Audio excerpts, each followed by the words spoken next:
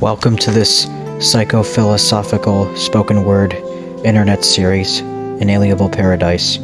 This is aimed to providing stories and tactics to help people, even in the most traumatic and inescapable of circumstances, to help people with things universally accessible overcome such circumstances or feelings of terror, worthlessness, and helplessness.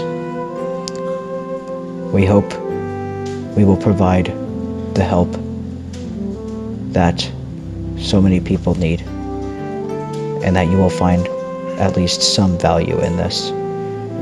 Thank you.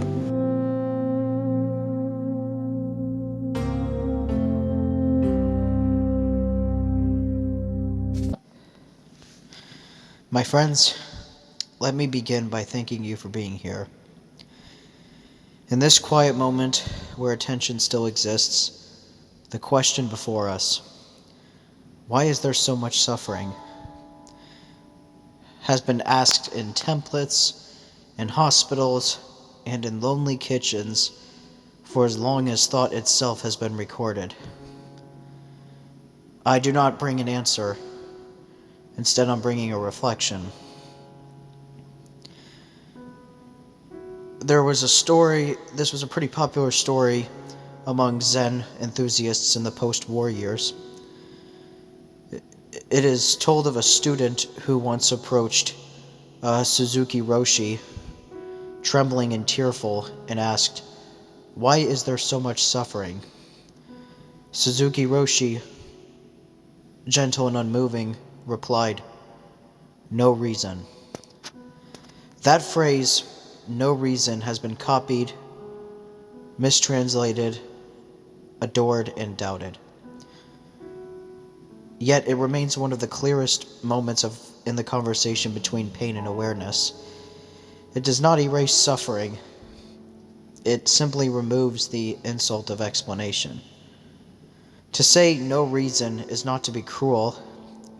It is to acknowledge that the world,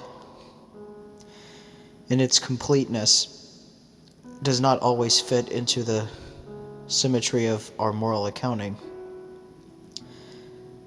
The Buddhist tradition calls this dukkha, the pervasive unsatisfactoriness woven through existence. Gautama Buddha, teaching in the 5th century before the Common Era, spoke of suffering not as punishment, but as condition. To be alive, to breathe, to love, to age, to lose, these are all folded into dukkha. The first noble truth was never a statement of despair, but of realism. That life, as we experience it, is tinged with friction. Even joy carries the ache of impermanence.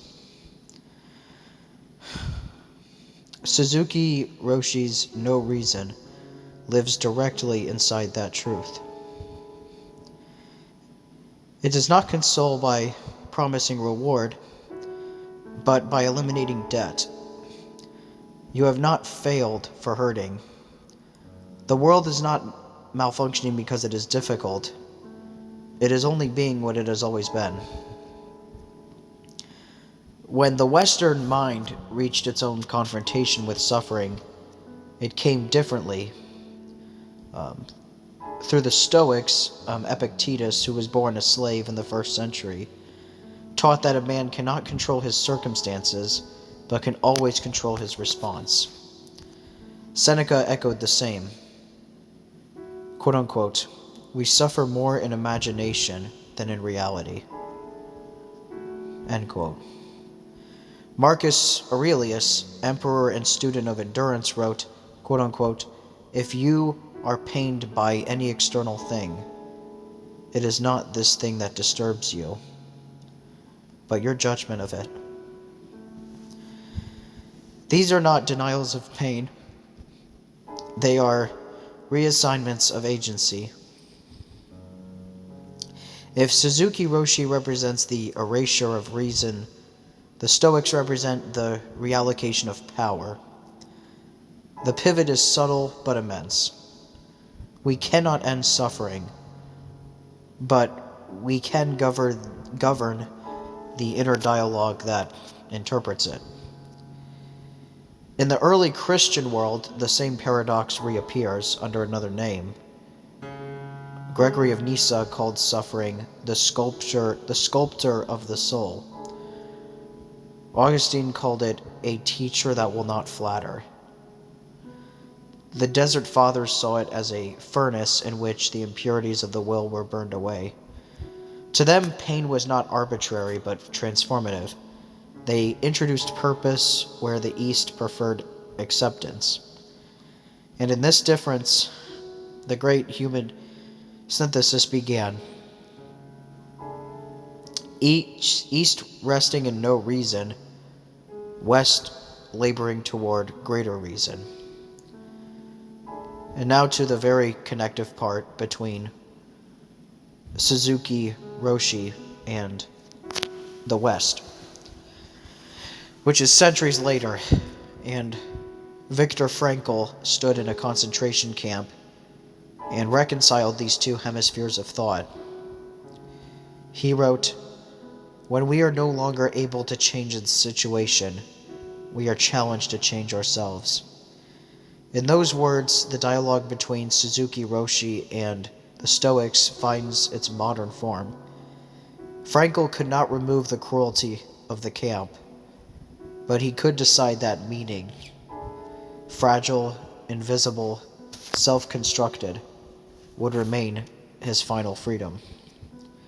When Roshi says, "no reason," he is meant to free us from needing a cosmic explanation.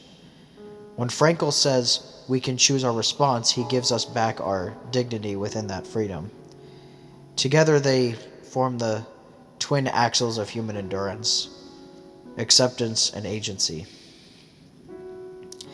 Historically, this bridge has been crossed by countless thinkers who never met. In the 13th century, Rumi wrote that the world is the place where the light enters you. In the 19th century Denmark, Kierkegaard called despair the sickness unto death, precisely because it was the threshold to faith. In Japan, Dojin said that enlightenment itself is intimacy with all things, even those we resist. And I like that. Each in their own idiom has repeated the same human syllable: pain as teacher, loss as aperture, endurance as art. But I want to return to Suzuki Roshi. Sitting with his student, the student weeps, and the teacher replies with stillness. There is no theory in that room. There's no reference to Rome or Vienna, no expectation of reward. There is only the moment itself, full and unbearable, passing anyway. Perhaps this is the true lesson. Suffering demands our attention, but never our surrender. It is not to be escaped, but it's also not to be idolized. It is to be acknowledged. It is to be noticed. And to notice is already to transform. First step of solving any problem is realizing there is one. When the noticing becomes deep enough, it becomes compassion. When compassion matures, it becomes universality. And when universality settles, it becomes that impossible word, I love. Omni-consolation. The recognition that every creature's ache participates in the same cosmic pulse. There is a quiet brilliance in knowing that suffering is not your personal misfortune, but the atmosphere of all sentient life.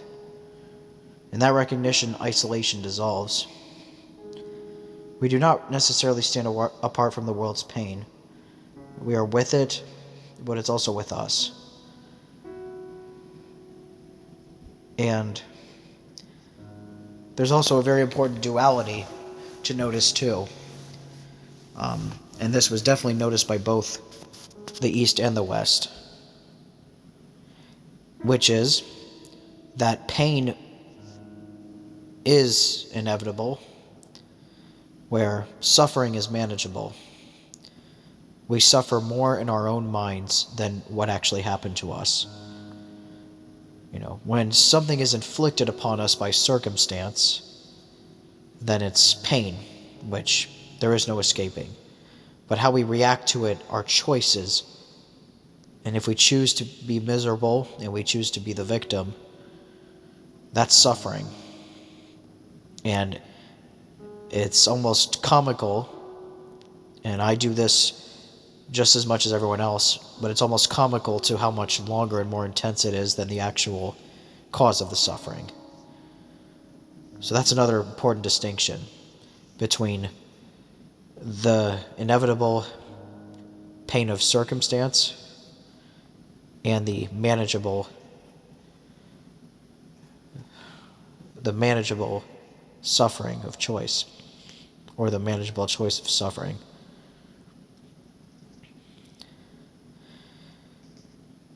So if you find yourself today overwhelmed, ask not, why is there so much suffering, but rather, how will I meet it? If Suzuki Roshi says no reason, and Frankl says we can choose, then perhaps the bridge between them is the realization that suffering is neither to be explained nor escaped, but integrated, folded into being alive. And that, my friends, is what this episode has sought to remind you, that in all the centuries of philosophy, theology, and reflection, no one has abolished suffering, but many have learned to dance with it. The Buddha watched it arise and fall. Epictetus reasoned with it. Gregory sanctified it. Frankl transfigured it. Carl Jung mythologized it. Krishnamurti slept on it. And they all arrived at that shared conclusion, that while we cannot always choose the weight we bear, we can choose the manner in which we bear it. And that is the inheritance of the species. A single act of cosmic dance and cosmic choice. A choice dance. This has been Inalienable Paradise. Thank you.